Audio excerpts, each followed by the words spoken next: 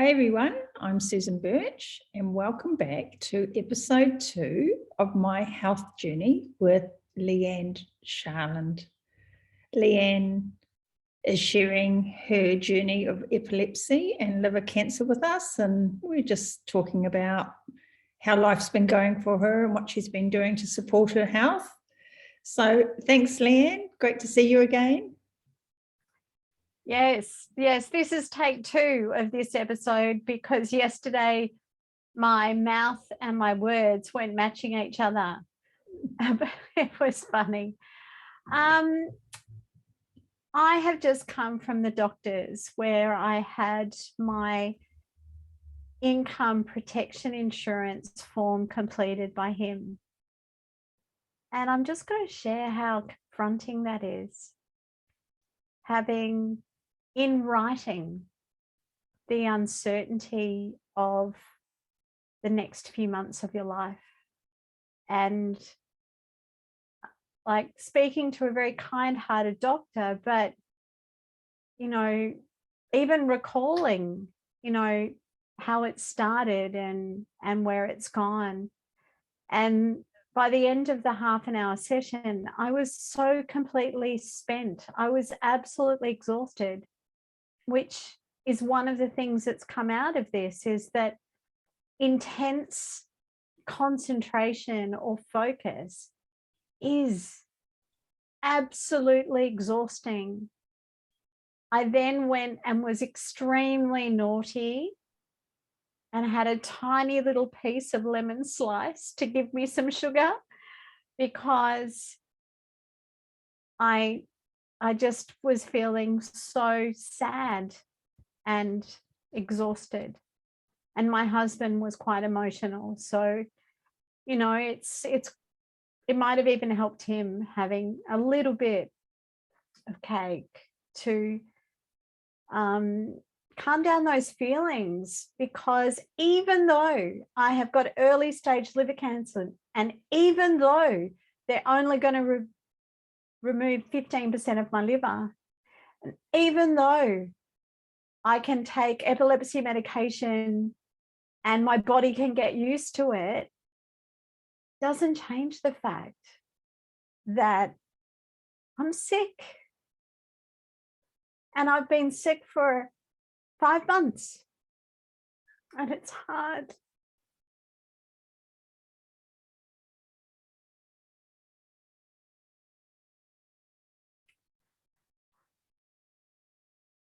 But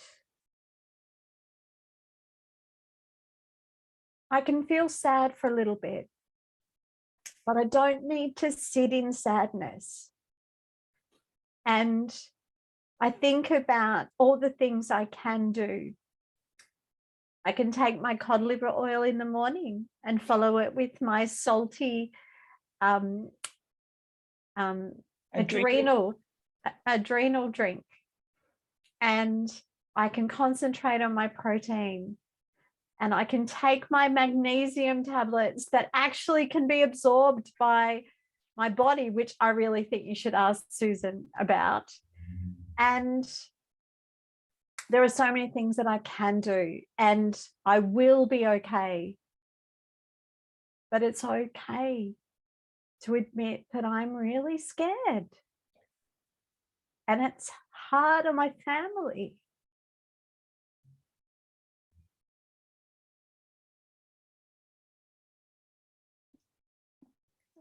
And I also have to meet with my work today about, my return to work. And it's to be advised. I don't know. I don't know. So all that uncertainty and who will I be? Will I be the person who had the picture memory, who was so quick that she was ahead of everybody else in the room and had to wait for them to catch up? Will I be that person again? Or will I be the person who has to sit quietly because she's not really sure whether what she's saying is relevant? I don't know who I'm going to be. Apart from the most amazing grandma well, there's another great grandma on this session, but, you know, an amazing grandma wearing unicorn hats. Two amazing grandmas. That's right. That's right. Leigh-Anne, thanks for sharing that. It's really painful, and thank you for being so vulnerable, because I'm sure there are so many people out there having a similar experience to you who are really brave like you are, but, you know, sometimes it's overwhelming. Well, people don't contact you, right? So really, I feel really uncomfortable posting on social media, but it seems to be the only way I'm having any contact with 95% of the people in my life, because they feel uncomfortable and they don't want to bother me. And, you know, they're letting me heal. But I'm a people person. So, you know, I'm feeling really alone, except at 5 o'clock in the morning when we have a chat.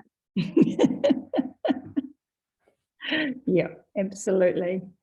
And you've got a couple of other good friends as well. But yeah, so that feeling of aloneness, I wonder how many other people out there are experiencing a similar situation as they go through their own health journeys, whatever they may be.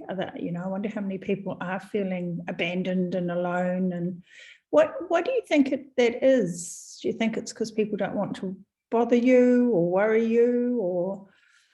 And they're busy with their lives, right? And it's too real. The closer that somebody is to you that has a diagnosis that is a bit confronting, you know, like cancer's got a big, you know, a lot of negative stuff around it. And so I think it reminds us of our own mortality a bit.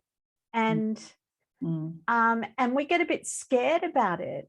And I think, you know, we're scared to say the wrong thing, but we're really, really busy living our lives, and we don't necessarily think we have the time. We actually do have the time, but we don't think we have the time to reach out, even with just a quick text, to see how somebody is.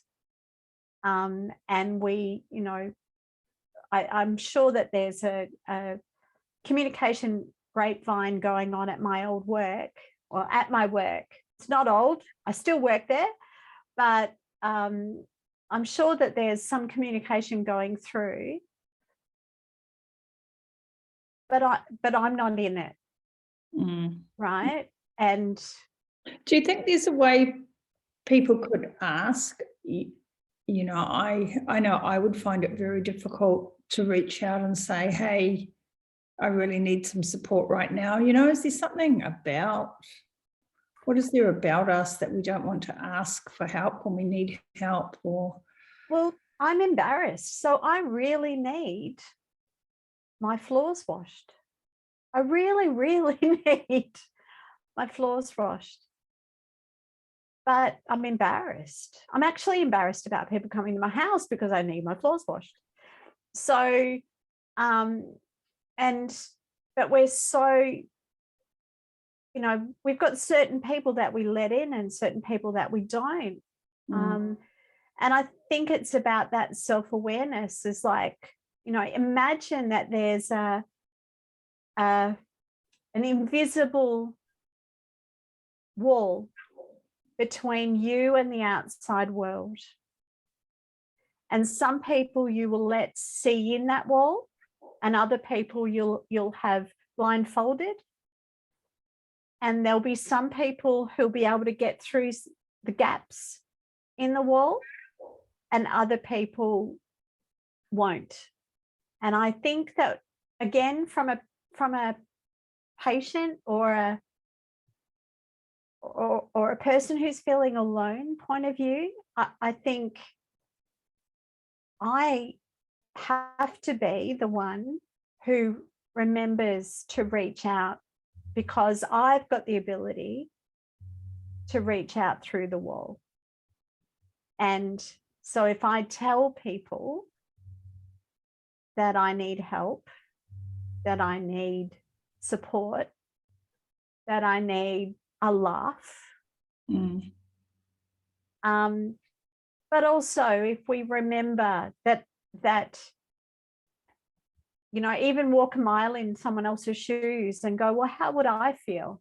And most of us can't imagine.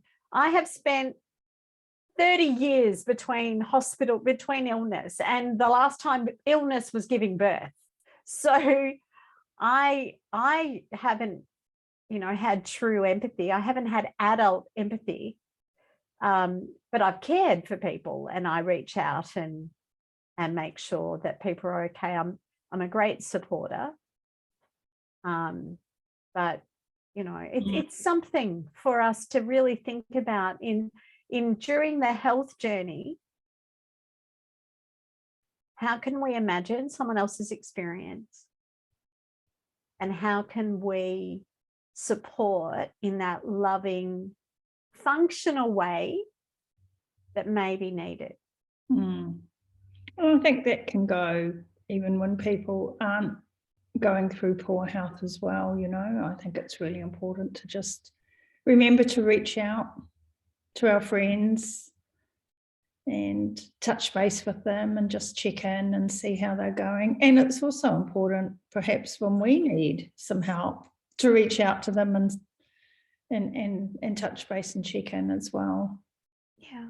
Well, in Australia, we have, for mental health, we have an Are You Okay day, which is coming up in a month after now, I think. I don't know exactly when it is.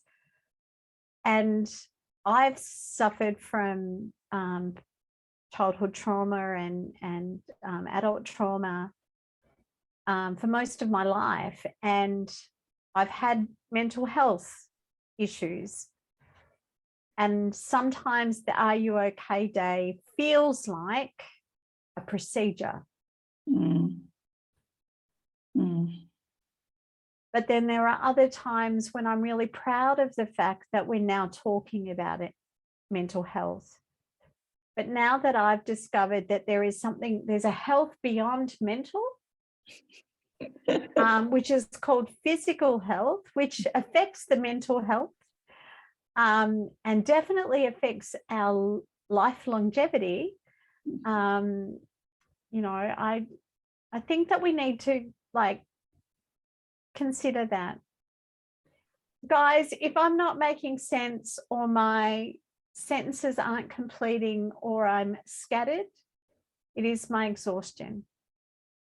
So I hope this all makes sense in some general way, because I have no idea what I've said, no idea if I'm repeating myself, and yeah, just ringing in my ears. Hey, well, let's have a few minutes and talk about your cod-liver-oil, because previously you refer to your cod-liver-oil as your fish and chips, and I actually had a comment back about, why is she eating fish and chips for breakfast when she's got liver cancer? And I laughed. Oh, I love it. I love it. So can you tell people what your fish and chips are, please? Okay, so I have I have a teaspoon of cod liver oil, and I'll get Susan to explain what brand and everything. But I have a teaspoon of cod liver oil. Now, my whole life, I've been allergic to seafood, hated the smell of fish. Yeah, like walked through a market in Vietnam and nearly passed out from the smell of fish, but I'm having cod liver oil.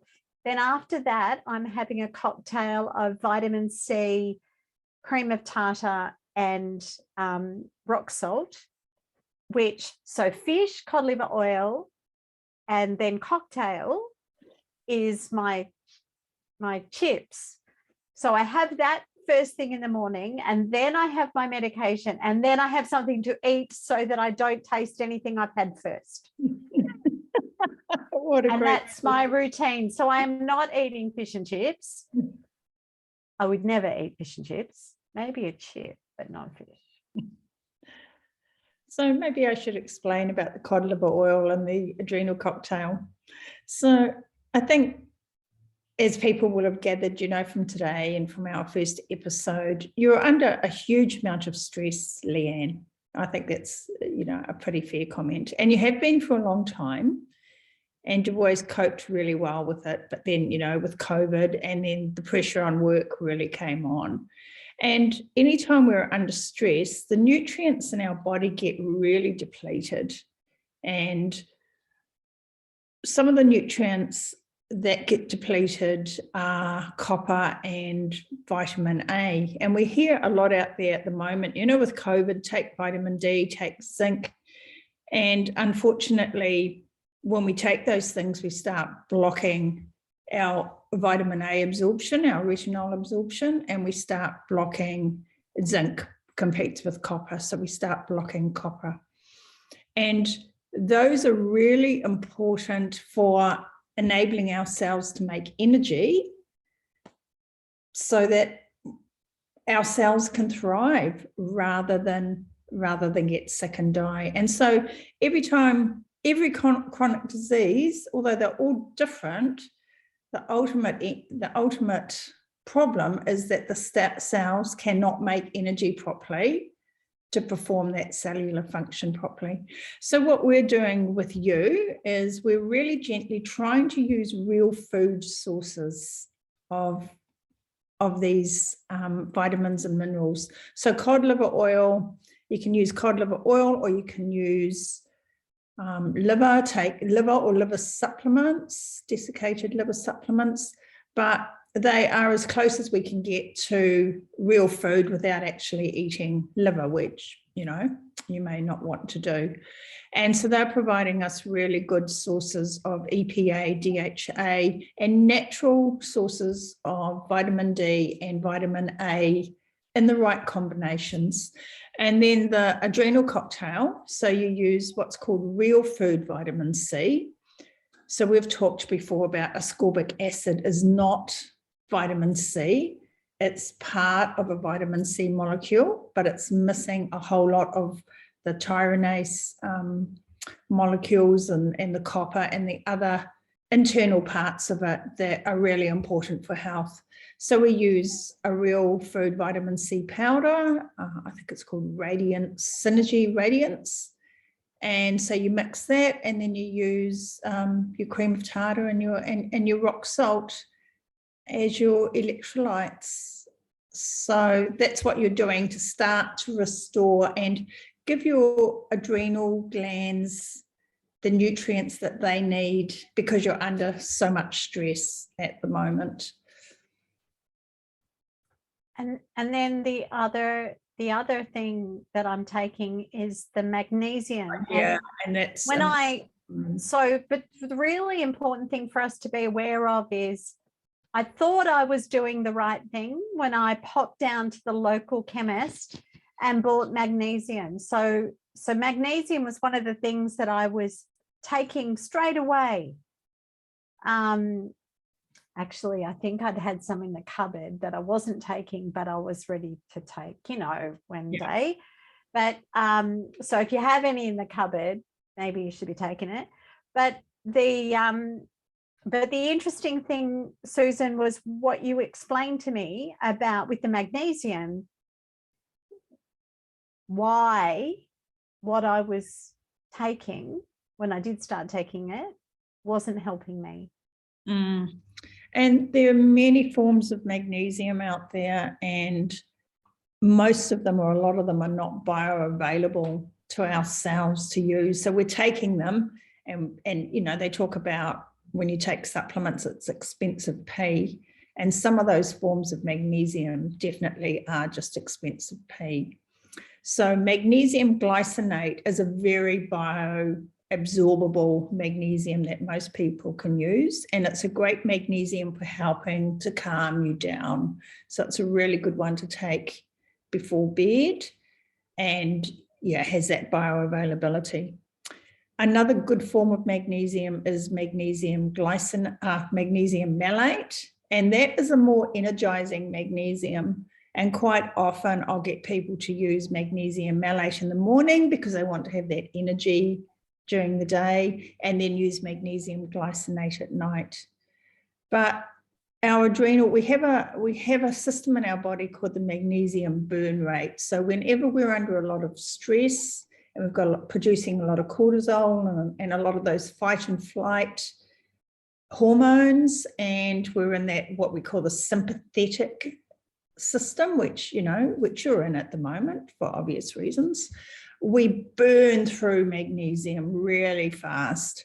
And magnesium is very, very important in the production of energy. So, if people think back to their high school chemistry or biology, and they think about ATP, so ATP is the energy currency of the body. Well, it's not just ATP, it's magnesium ATP. And magnesium is vital in that end stage of producing that ATP.